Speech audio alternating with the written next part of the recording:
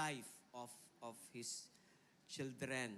So ito po ay continuation on what I preached before. So,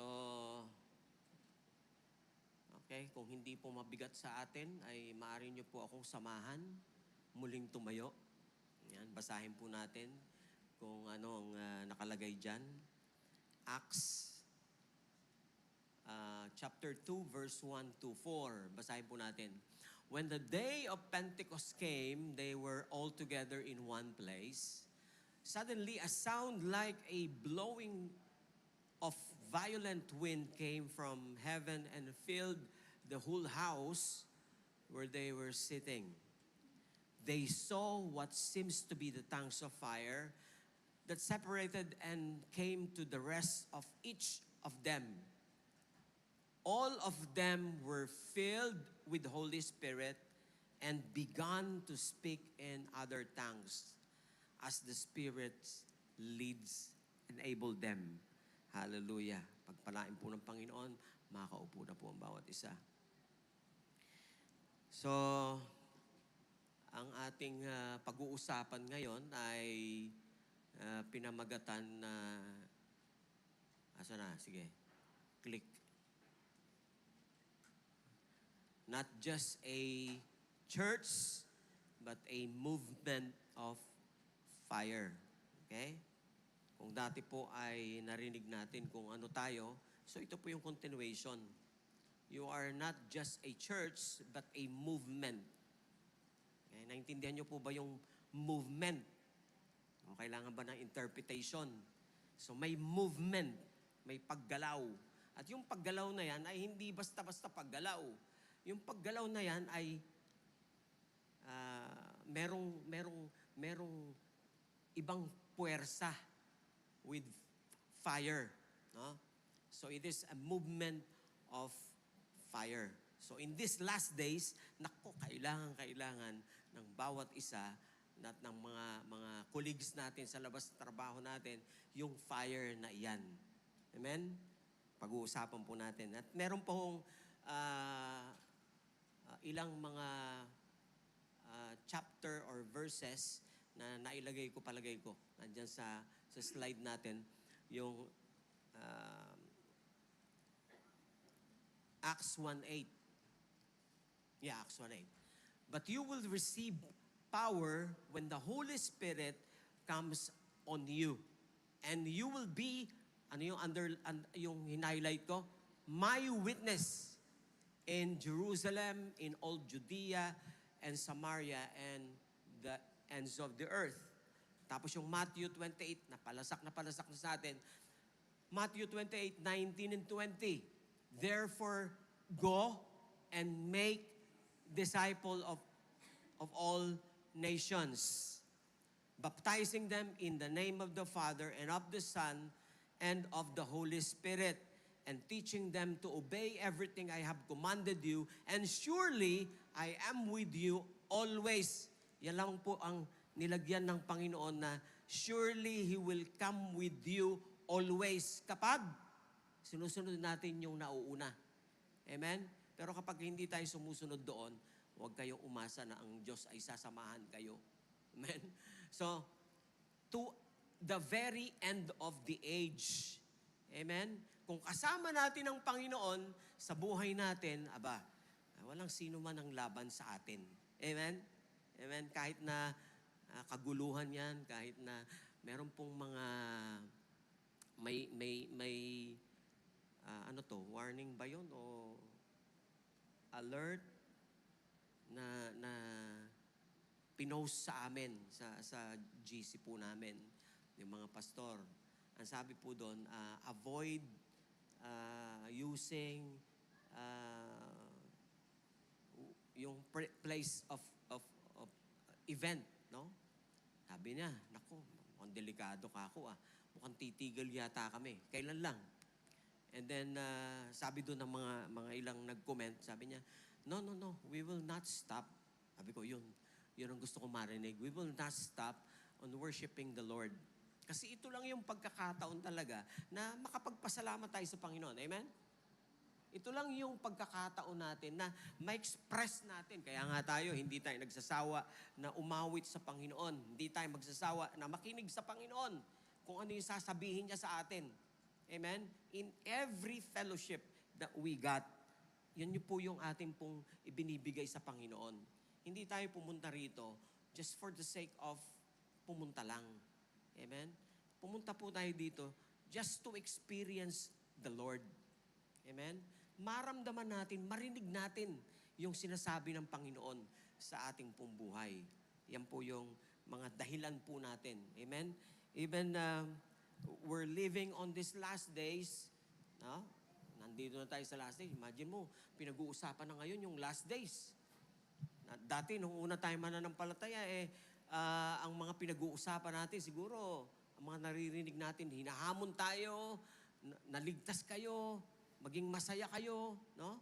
Sa pamumuhay bilang Kristiyano. Ngayon, iba na maririnig natin. Wala na yung dati na parang mga babies. Ang maririnig natin ngayon, mga warnings, mga sinabi na ng Panginoon. No? Talagang makikita na yan, mata sa mata. Maririnig mo yan. Bombahan dito, bombahan doon, away dito, away doon, di ba? Kahit sa loob ng family natin, hindi natin may iwasan. No? Yung mga talagang batuhan ng mga salita, talagang gumugulo yung panahon. The days are shaking. Yung days na ito confusing. Di ba? Di natin alam kung ano ba talaga susundin natin. Sa dami ng maririnig natin, ano ba yung talagang susundin natin? Bilang isang iglesia, we know what we are going to follow. Amen? Masaya po ba kayo? Parang hindi naman eh. Amen? Parang hindi nararamdaman na masaya tayo dahil ang Diyos ay sumasa atin. Amen? Ang Diyos ang pinaglilingkuran natin. Okay? Di ba? Kagalakan yan. Imagine mo, paglilingkuran mo yung Diyos ng mga Diyos na hindi nakikita, pero mararamdaman. Amen? Kaya nga yung pagpupuri natin, hindi pwedeng tawag dito? Pabalat bunga. We are showing that we really adore the Lord. We really trust the Lord. And we really worship the Lord. Amen? So, darkness all over the land. Makikita natin yung kadiliman. Kadiliman na kaisipan ng tao. Parang wala na silang makakapa, masusulingan. Amen? Yung hope, parang nauubos na sa kanila or nawawala na. Talagang wala na. But, in the middle of this age, God still has His people. Yan. Yung tao ng Panginoon ay naririto pa. Amen? We are living in these last days. But in the midst of all this, God still has His people. Naririto ka pa. Naririto pa tayo. Amen? Diba? Sarap-sarap ng pakiramdam na ang iyong makasama ay talagang nahamon sa'yo. Halimbawa, pumasok. Kasi ikaw hindi ka nawawala. Hindi ka natatakot. No? It is not a weak church. You belong to a strong church. Not a silent church, but a spirit-filled and fire-baptized church. Yan. Amen. So, ang pinunta natin ngayon dito to worship the Lord. Amen? Tama ba yon? Tama ba ako o baka mali ako? Ang question is, is the church fulfilling its mission? Kausapin nyo nga katabi ninyo. Totoo bang nagmi-mission ka? Sabi nyo. Are you on a mission? No? Baka pag uwi natin sa bahay, lilipas uli yung araw at hanggang bago dumating yung Sabado, ando ka lang sa bahay, ando ka lang sa opisina, doing nothing. Ulitin ko, you are still on a mission. We are all in a mission.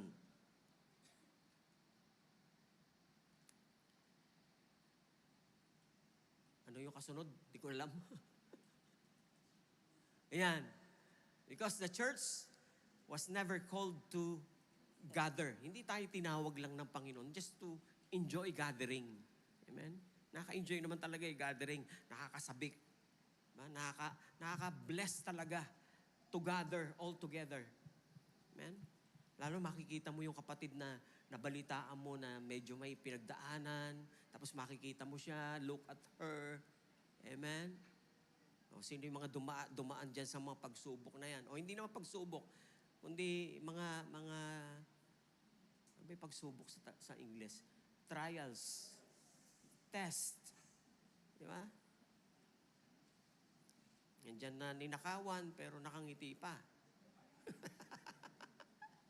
Wala ka namang magagawa eh. Nawala na eh. Alam nga, magmukmuk ka. Di ba? Yan ang buhay ng Kristiyano eh. Masayang tunay. The church was called to go. Yan. We are called to go. We are called to burn. Sabihin nyo nga po, I am called to be burned. Laging sunugin ng Panginoon on His consuming fire. Araw-araw. You know why? Because you needed His presence to be with us. And the church was called to be an impact. Ano ba yung impact na yan? To the world. Amen? Talagang ako at ikaw, talagang maging impacto. Hindi, impact. May dating. Di ba? Nasa loob ka ng establishment, there's an impact. Ang hirap tagalugin, impact.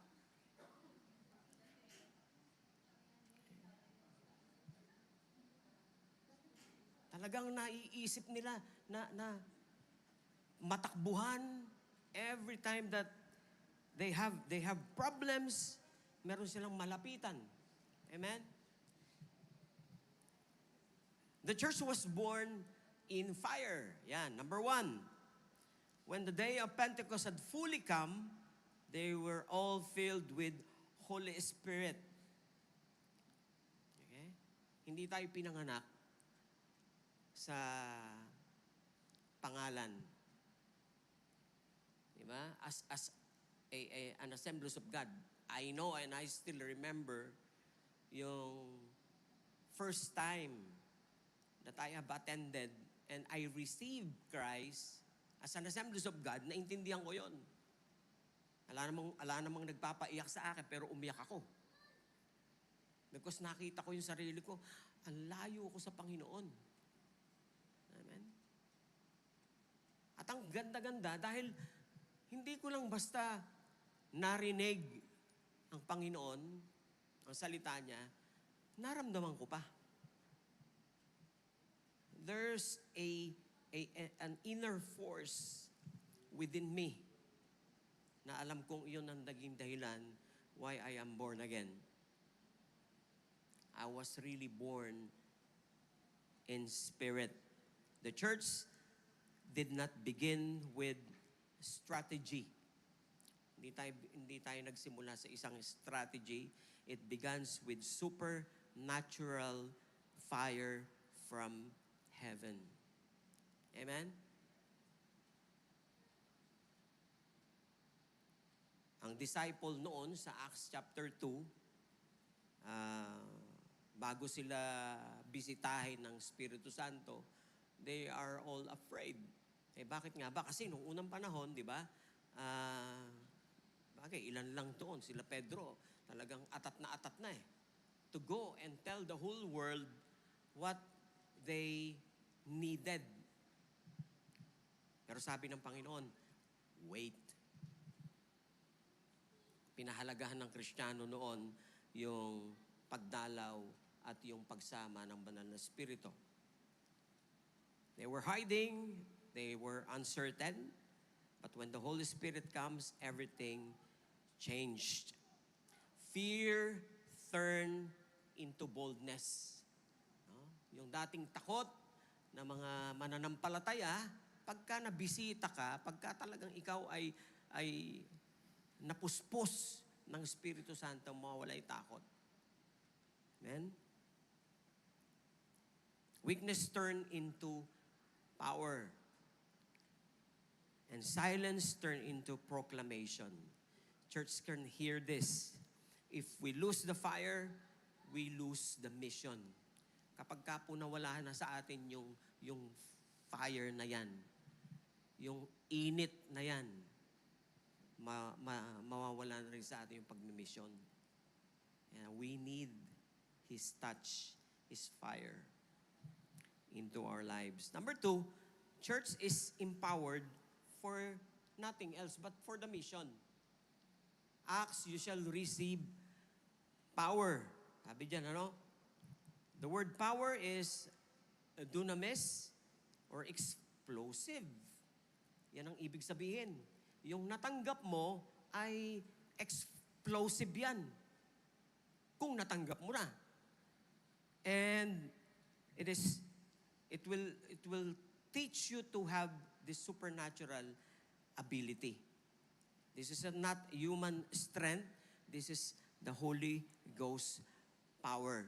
Amen? So hindi lang basta siya bibisita at titira sa inyo. Talagang hindi siya mapapakali. No? Yan yung spirito. Yan yung nagagawa ng dunamis. It will really explode inside of you. No? If you received it. Amen? Asahan natin yan. No? Di ba? Ngayon, manunood ka lang ng mga yung social media. Makikita mo doon kung ano yung mga edad na mga nagpo-proclaim ngayon. Di ba? At nakakahiya yun. Makikita mo bilang 5 years old or 6 years old, ginagamit ng Panginoon. Po-proclaim. Kasi nga po, lahat talaga in these last days, gagamitin ng Panginoon. Amen? Hindi natin sasayangin yon. Amen? Yung fire na natanggap natin sa Panginoon, hindi natin sasayangin yan. Yung Pentecostal truth po, ito yung sinasabi, the baptism of the Holy Spirit is not optional, it is essential. Ulitin ko. The baptism of the Holy Spirit is not optional. Hindi natin ito pwedeng pagpilian. No? Kung halimbawa, gusto mo o ayaw mo. Kundi ito'y essential. Lalo na sa mga mananampalataya. Essential. Mahalaga. Si Jesus, hindi niya sinabi noon, go and preach immediately. He said, wait. Talagang pinaghintay ang mga mananampalataya until you are endued with power. Amen? Until the Holy Spirit power. Kaya nga po, mahalaga ito dahil ito yung magbubush sa atin. Spirit ng Diyos. Ha? Paborito natin talata dyan. Ano ba yun? Zechariah 4:6. Diba? Lagi natin binabanggit yan. Bilang Assemblies of God, no? Ayan yung talagang kilalang-kilala natin na verses patungkol sa Espiritu Santo. Amen? At the mission is not really small, but it's too big for human ability. That is why what you really needed is a supernatural touch from heaven. Ang opposition din is too strong. Many people na dadalhin ng Panginoon sa buhay mo ay maaring mag-o-oppose sa inyo. Maaring kasama mo pa sa bahay, mag-o-oppose. Because the Lord has something in you and it's exploding. No? Gagawin mo talaga, hindi ka mapatigil. Sabihin ng mga kasama mo, teka muna, maghintay-hintay muna tayo. Talagang hindi na makukontrol, uncontrollable yung mga yung puspos ng Espiritu Santo. Di ba? Pangit ba yon? Uncontrollable sa mata ng Diyos. Hindi yung uncontrollable sa mata ng tao or human point of view. Yung darkness is too deep nowadays. May mga kasama tayo, may kakilala tayo, bigla-bigla magpapakamatay. Ang dahilan, hindi kasi siya sinagot ng kanyang nililigawan o kaya yung kanyang magulang hindi niya makasundo. No? Ganun lang. Napakabigat na. Yan. At yun ay hindi natin kayang palampasin. Diba? Dahil nandyan ang Espiritu Santo. Yun ang dahilan kung bakit yung passion hindi nawawala sa bawat iglesia. We need that power to witness. We need His Holy Spirit in order for us to witness. Power to stand and power to overcome. Number 3, mabilis lang po. The church is called to demonstrate. Sabihin nyo nga po, to demonstrate. Yun. Ano ba yung demonstrate? Not just to declare it. 1 Corinthians chapter 2, verse 4 and 5.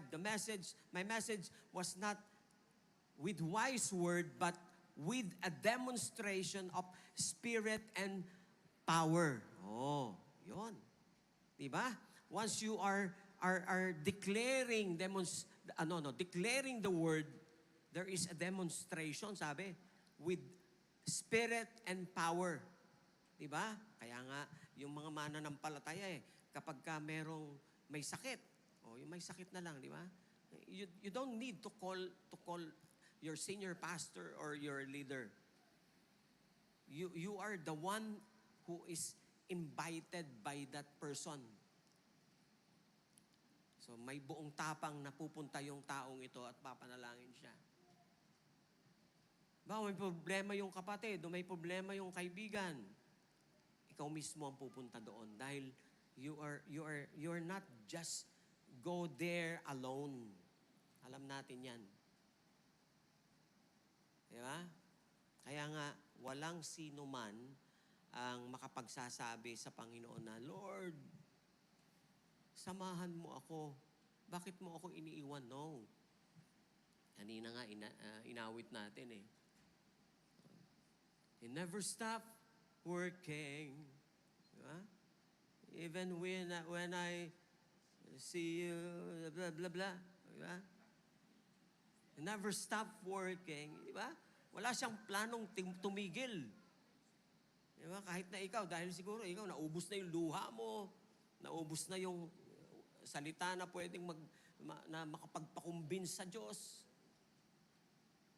But He never stopped working. The church is called to demonstrate, not just to declare it. We are called to just reveal Jesus, pray and preach for the sick, declare and the demons flee. Diba? Hanggang ngayon, nagdideklara tayo at ang banal na Espiritu ay sumasa atin. Diba? At yung fire ng Panginoon na sa inyo, kaya nga nagde-demonstrate tayo nito. And the demons will flee from every human. Amen? Natatakot ang dyablo dahil sinasabi mo, nariyan ka. We proclaim and the lives were, ito yung importante, transformed. Amen? Natatransform yung bawat isang tao na makikinig sa'yo. Amen? Kasi nga, nagde-demonstrate tayo ng power ng Diyos. May natatransform pa ba sa buhay natin? Parang konti lang yung ugong ah. Parang, amen. Amen? Diba? May matatransform. Whether you believe it or not. Once you stand, once you declare the power of God, once you declare Jesus to the whole world, there will be a person, no, na nangangailangan ng power na yan. At nangangailangan ng Panginoon natin. At matatransform po siya dahil sa tulong ng ating Panginoon. This sign shall follow, sabi sa Mark. Ano ba itong mga signs na yon? Basahin nyo na lang sa bahay ninyo. For those who are really working for God's glory, the gospel is not a theory. No, hindi yan theory lang, yung gospel. Hindi, it is the power of the living God. Niniwala ba tayo doon? Na yung salita na ating binabasa sa ibang tao, yung ating pinopost, minsan sa ating wall, yung power ng Diyos yan. Ibinabato mo sa bawat isa nakakilala mo. Amen? Mga talagang hindi nagsasawa kahit na walang nakikita sila na nagsisin sa kanilang mga binabato. Maring sa atin, nakakasawa na yung John 3:16. Maring ayaw mo nang mabasa yun. But keep on declaring that the gospel is not dead. The gospel is still alive. Number 4, the church is a missionary force. Yan.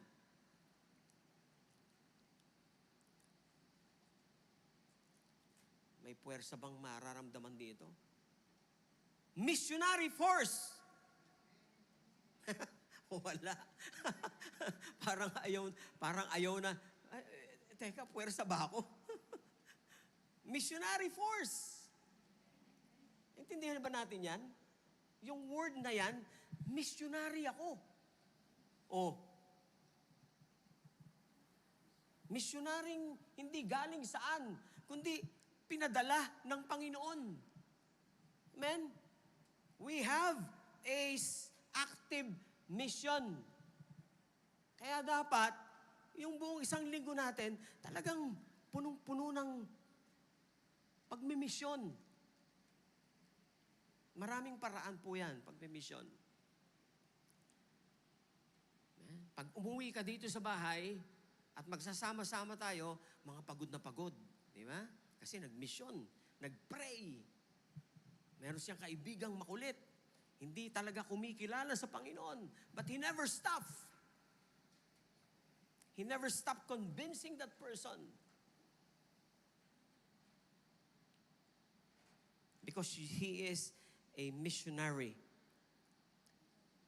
The greatest mission in our life, ito po ay, ano yon? Palagay nyo? Anong greatest mission? Evangelism. Amen? That is our greatest mission. To evangelize. To evangelize the whole world. When was the last time you shared your faith? Kailan yung huling panahon na ikaw ay binahagi mo yung pananampalataya mo? Paglabas mo ng bahay mo, yung buong tahanan mo, siguro sawang-sawa na sa'yo. Sa labas, hindi pa sawa yan. When was the last time that you stand in their front, tapos sinabi mo sa kanila kung anong meron sa pananampalataya mo? When? And then, when was the last time you prayed for soul? Ayan, siguro ito. Kasi halos Every week, nagpe-pray tayo ng soul, soul, soul. Salamat sa Panginoon, check ako dyan. I pray for soul. Soul, ano yung pinagpe-pray sa soul? Winning. Amen?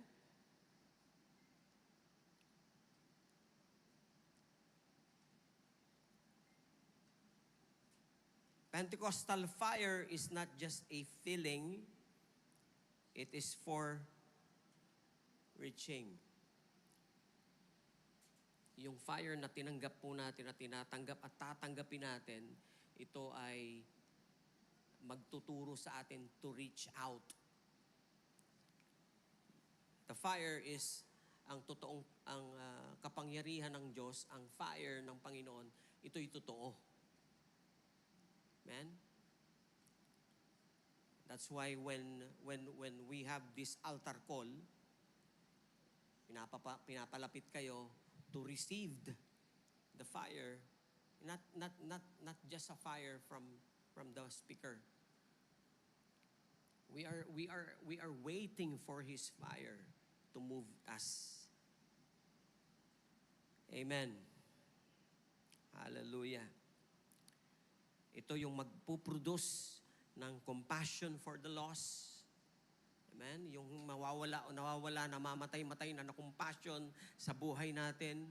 Kasi ang iniintindi madalas natin yung ating problema, kaya mapapalitan yan. Amen? Mapapalitan yan ng kagalakan na magmumula sa Panginoon. Amen? Di ba? Nakakapag-share tayo, nagbabalita tayo sa mga kapatid, "Hoy kapatid, grabe ang ginawa ng Panginoon. Yung tao kanina, kinausap ko. Diba? Namatay. Hindi yan. Diba? Yung nakita natin na nagbago yung tao. Diba? Tumanggap sa Panginoon. Diba? Huwag kayo matatakot. Kahit na mag-pray sa may sakit, huwag kayo matatakot. Hindi kinakatakutan yan. Ano kung anong gawin ng Diyos dyan? Bahala na ang Panginoon. Amen? Lalo na yung mga naghihingalo. Aba, hindi mo sukat akalain, ikaw pala hinihintay. No? Yung paghihingalo niya ay biglang mawala yung paghihingalo. Amen? Dahil nga puro ka natatakot, ninenervyos, dahil sa past experience mo, hindi ka na malalapit ngayon. Ikaw nga ang kailangan doon. Pag-pray mo yung may sakit na yan, wala kang iintindihin. Kasi nasa Diyos naman talaga yung buhay. No? Basta pag-pray mo yun, baka kailangan talaga ng prayer. Di ba? Meron nga comatose na nabuhay pa. Hindi lahat ng pagkakataon na ikaw yung magpe-pray, no? Biglang machuchugi. Walang ministry yung chugi ministry. Hindi totoo yun. Diba? Ayokong pag-pray yan kasi may nangyari na noon, namatay ilang beses na. Kasi ikaw, panay mo tinatanggap, merong ministry na ganon. Walang ganon. Bilang church, hindi totoo yun. Amen? O kaya sa susunod, mag-i-invite sa'yo na may sakit, pumunta ka agad. Amen? Number 5. Yan, malapit na tayo. The church is in spiritual warfare. Ayan. We wrestle not against flesh and blood. Ayan na, kaya po, ini-encourage tayo na laging basahin ang Biblia para maintindihan natin ang mundo. We are not fighting. Our struggle is not of this world. Hindi yung physical. No. Talagang may force dyan na kalaban yung mga Kristiyano.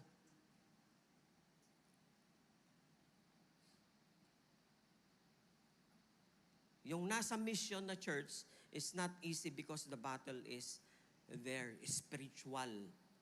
May strongholds, may principalities, at yung power over darkness. But, ito yung sinasabi. But the church is not a victim. We are victorious. Amen? Kaya nga sugod na sugod eh. Kasi nga alam natin na meron tayong victory na matatanggap. Hindi mo na kailangan yung trabahuin yung victory dahil matagal nang tinapos ng Panginoon at ipinagkatiwala na sa bawat isang mananampalataya. Authority in the name of Jesus, the power through the Holy Spirit, victory through the blood of Christ. When the church prays, heavens move. Amen? Kaya natutuwa tayo every Tuesday, ano? Nagsasama-sama tayong nananalangin. Sana po mahamon pa yung mga iba nating mga kasama to attend. Wala namang humihingi sa inyo ng talagang pakikiisa ninyo. Hindi naman mag-google tayo ng ilang oras diyan. Please. Amen. Please po. Umattend po kayo ng online prayer meeting. Hindi na nga po face-to-face eh. O baka gusto po natin face-to-face. Uli, ibalik natin sa church. Okay lang po ba? Wala. Oh. Parang yung amen, 1, 2, 3, 4, 5. Kasi we really needed that prayer. Amen? And the world needs your prayer. And all the missionary need your prayers. Lahat ng mga inaatake ng kaaway need prayers. And your prayer, yung konti mong panahon na inilagi sa prayer, malaking impact yan. Kanina binasa natin, impact. Dapat magkaroon ng impact.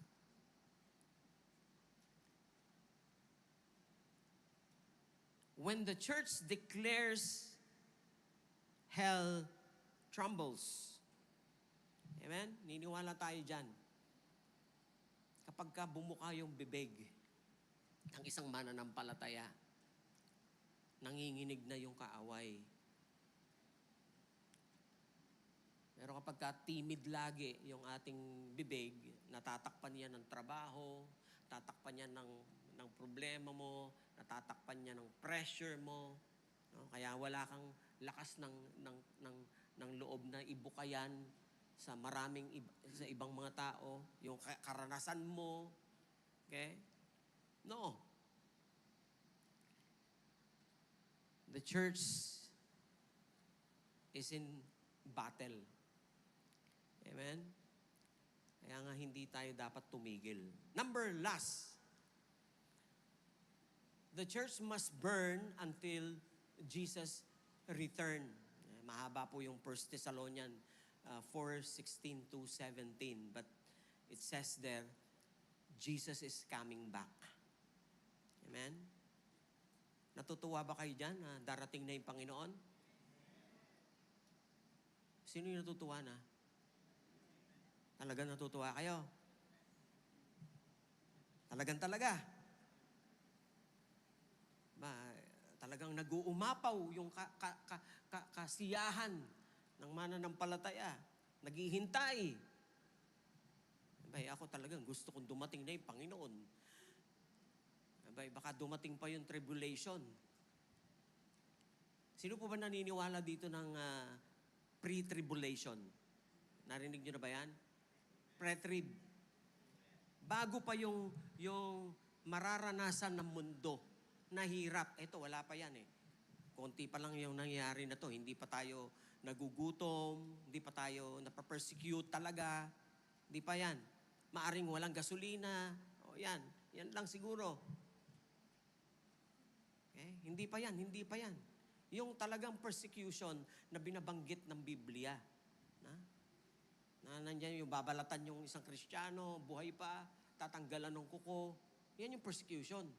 Dahil siya ay laging nagpapahayag ng bagay ng Panginoon, di ba? Wala pa yan. Pero sa ibang bansa, babalita na natin na because of their faith. Kaya marami nag-iisip noon na yung bansa ng mga itim, dumating na yung Panginoon. Amen? Kung sa kanila dumating na yung Panginoon, ibig sabihin, matagal nang wala na yung Panginoon. Dumating na eh. Ano, itong natitira ngayon? Tayo kaya?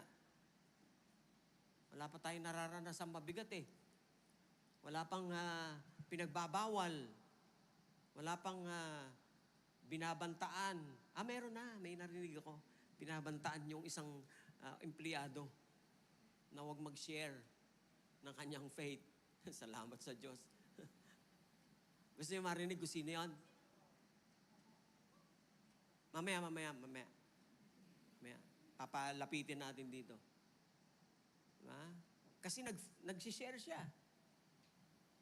Eh? Dapat mapalayas na siya sa kampanya na yun eh. Pero hindi. Nililigawan pa uli. Pabalik. The church must burn until Jesus return. And when He comes, He is coming for the church that is ready. Amen? And He is coming for the church that is active. Amen? And He is coming to the church that is on fire. So yung tatlo na yan, sabi mo, ako yun, handa na ako. Ako yun, active ako. Ako yun, on fire ako. Amen? Masasabi ba natin sa harapan ng Diyos yung tatlong bagay na hinihingi sa atin ngayong umaga? I am ready, Lord. I am so active, Lord. And I am on fire, Lord.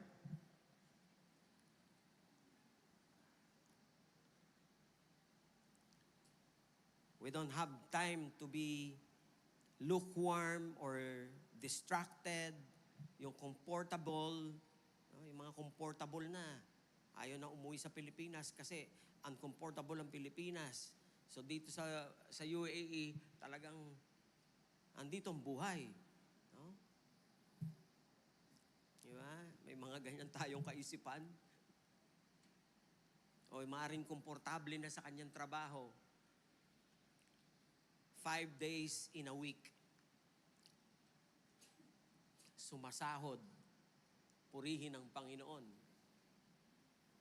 Komportable na. Yung komportable na buhay dito sa mundo, hindi talaga comfortable yan. When the Holy Spirit was in you, talagang iba ang mararamdaman, di ba? Yung may mga blessed na tao dito, talagang meron naman talaga eh. Kahit na anong gawin, no? Talagang yung blessing ng Panginoon, hindi talaga tumitigil, no? Imagine mo, may recession, pero ikaw, tumatanggap pa ng salary mo with bonus. Grabe, no? May taggutom na. Pero ikaw, may increase pa. Amen? Nangangayayat na yung mga ibang kasama mo, pero ikaw, punong-puno pa. Di ba? Hirap na hirap pang mag-isip kung paano mababawasan niyang mga talagang nagsosobrahan na yan. Di ba how privileged we are? Di ba? Imagine mo, kapag ka nakinig ka o nanood ka ng mga yung palabas sa social media, ang dami talagang hirap na hirap. Yung iba nga, minsan nag-scroll ako, nadaanan ko yung mga, yung mga maitim, nakapila, tapos may hawak sila na lalagyan, muulan pa, tapos naghihintay sila ng rasyon. Ganon. Ang lalaki ng tiyan, hindi naman buntis. Mga lalaki naman. Pero talagang makikita mo yung malnourished na bata. Sabi ko, Lord, grabe. Kami dito 4 times, 5 times a day. Kumakain. Minsan sa gabi, hindi pa kami makatulog. Magigising kami para maghanda ng pagkain. Matutulog na lang, iniisip pa kung anong kakainin. Di ba? Privilege. Glory to God. Sabi nga nung iba yung kabiruan ng mga magulang. Oh, anak, ubusin mo yung pagkain mo. Tapos sabihin daw ng anak, bakit? Panginoon, pag hindi ko po ba naubos ito, mabubusog ba sila? Di ba yung mga katwiran? No? Magtipid ka. Okay? Bakit mapapakain ba nito yung pag nagtipid ba ako? Ayun yung mga sinasabi. But in reality, that is really going on our surrounding. Wala pa naman ako nababalita na miyembro ng ating iglesia na wala nang trabaho, wala pang pera, walang pagkain, walang matitirahan dahil nagbabayad ng bahay yung mga tao dito sa Dubai. Amen? Wala pa naghihirap. Meron ba? Baka meron. Umamin kayo. Amen? Tingnan nyo nga mga katabi nyo. Tingnan nyo kung talagang mukhang mukha yan.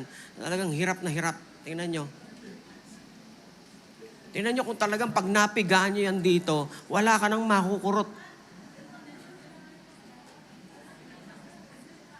O makapal pa. Because, alam nyo kung bakit? Bakit kayo binless? To be a blessing to other people. Amen?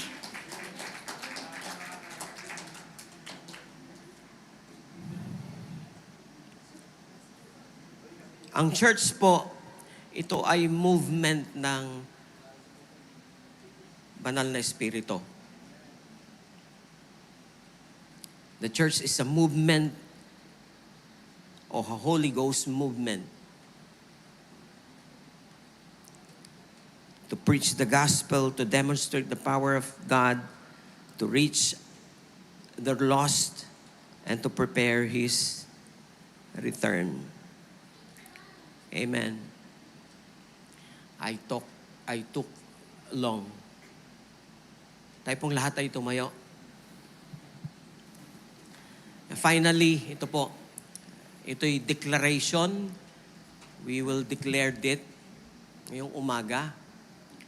Bago niya sabihin ito, siguraduhin yung alam ninyo at talagang gagawin ninyo.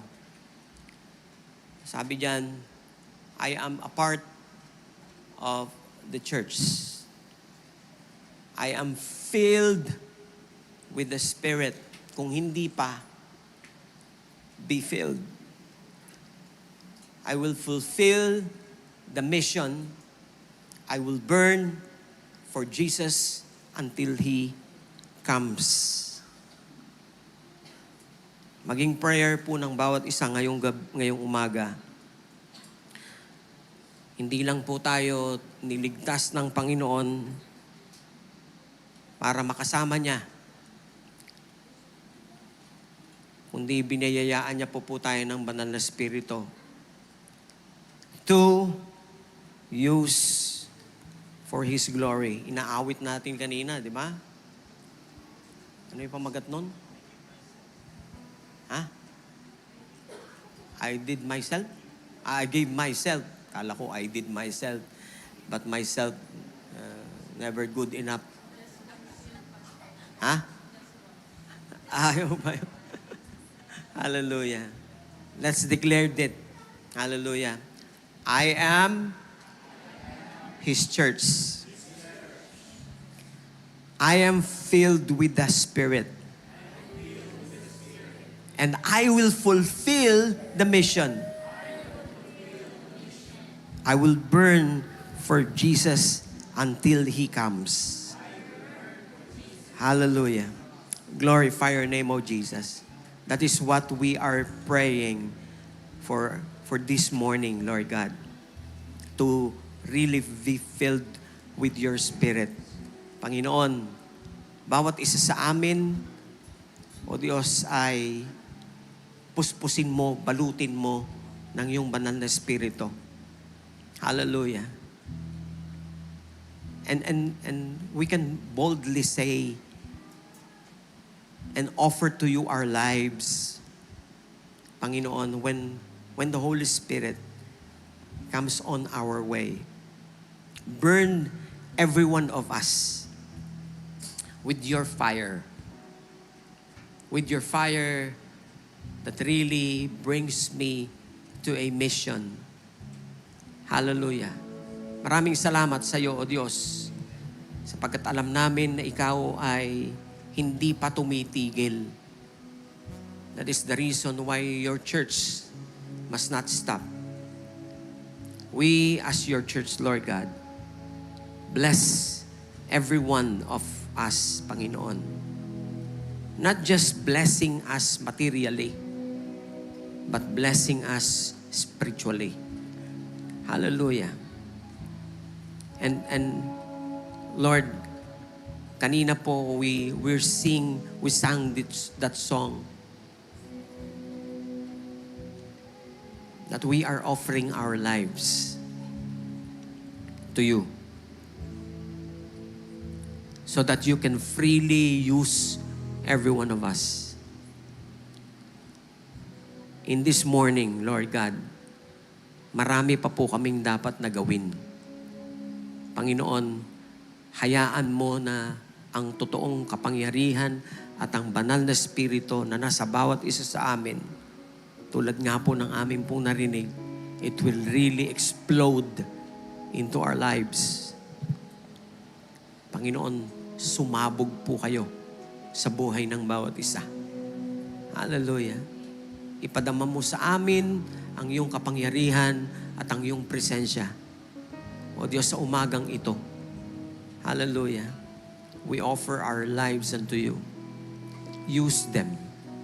Use them, O God, for your glory. For my family, for my friends, for my colleagues. Lord God, use me. Hallelujah. Praise you, Jesus. There's a name that the Spirit is giving you. I want you to pray for that name. Hallelujah. Praise you, Joe Lavacareya Sandra Bahandi. Hallelujah. Yes, Lord Jesus. Salamat sa iyo, Panginoon. Hallelujah. Use me to that person, O God. Hallelujah. Huwag mo kaming patahimikin, Panginoon, sa umagang ito. Hallelujah, Lord God. Oh, yes, Lord God. To you, all the praises and glory and honor. Hallelujah. And thanksgiving in Jesus' name. In Jesus' name, amen. Hallelujah. Can I ask, siguro ang magdala na lang ay dalawa. Kung yan ay yung bago nating communion emblem.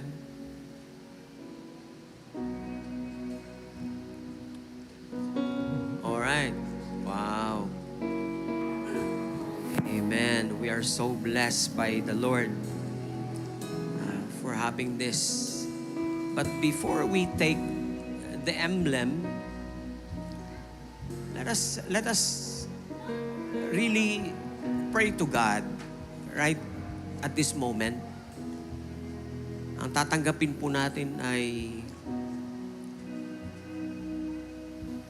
dugo at katawan ng ating Panginoon. before we receive that, let us ask the Lord. Let us pray to God. Hallelujah. May the Holy Spirit remind every one of you. Hallelujah. What is your mission on earth? There is a mission to be fulfilled. Hallelujah, Lord God. Salamat po, Panginoon. In Jesus' holy name. Thank you, Lord God, for allowing me to do the mission. Bless me with your Spirit, oh God. Hallelujah. And everyone, lumapit po dito sa harapan at tanggapin natin. Everyone in this room, come. I give myself away. Amen.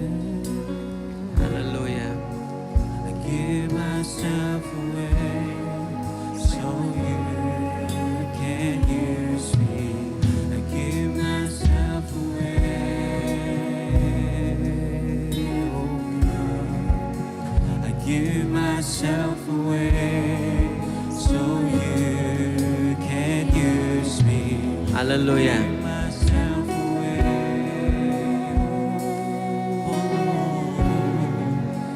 I give myself away so you can use me. My life. Life is not my own. To you I belong. Hallelujah. I give myself to you.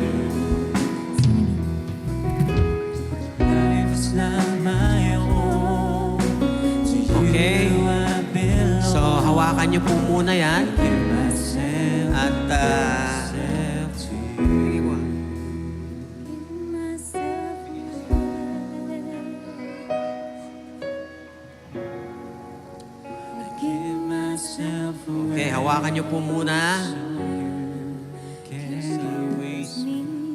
Give myself away.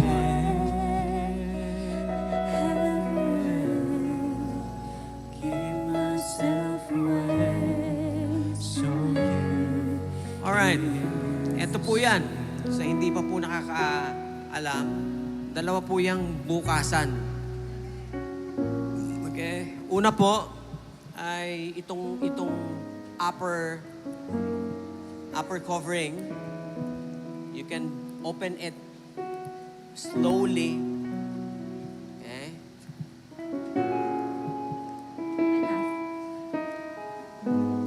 Medyo mahirap ng konti. Okay?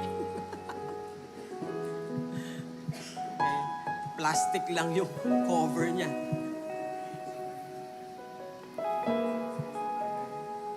So take time. Okay?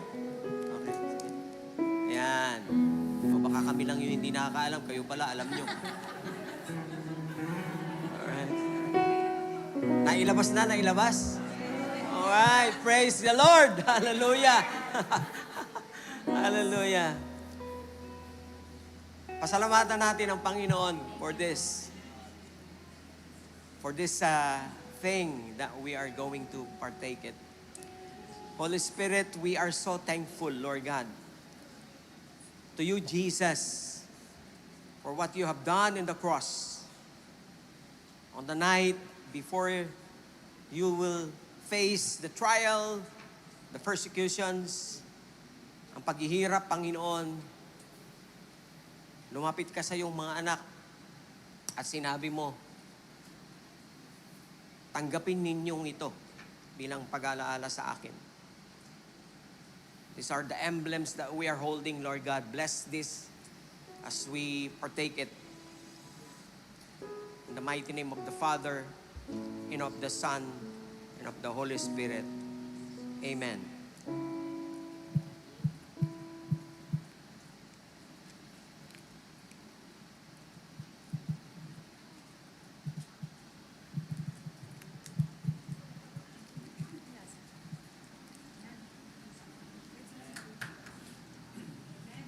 Amen. Praise the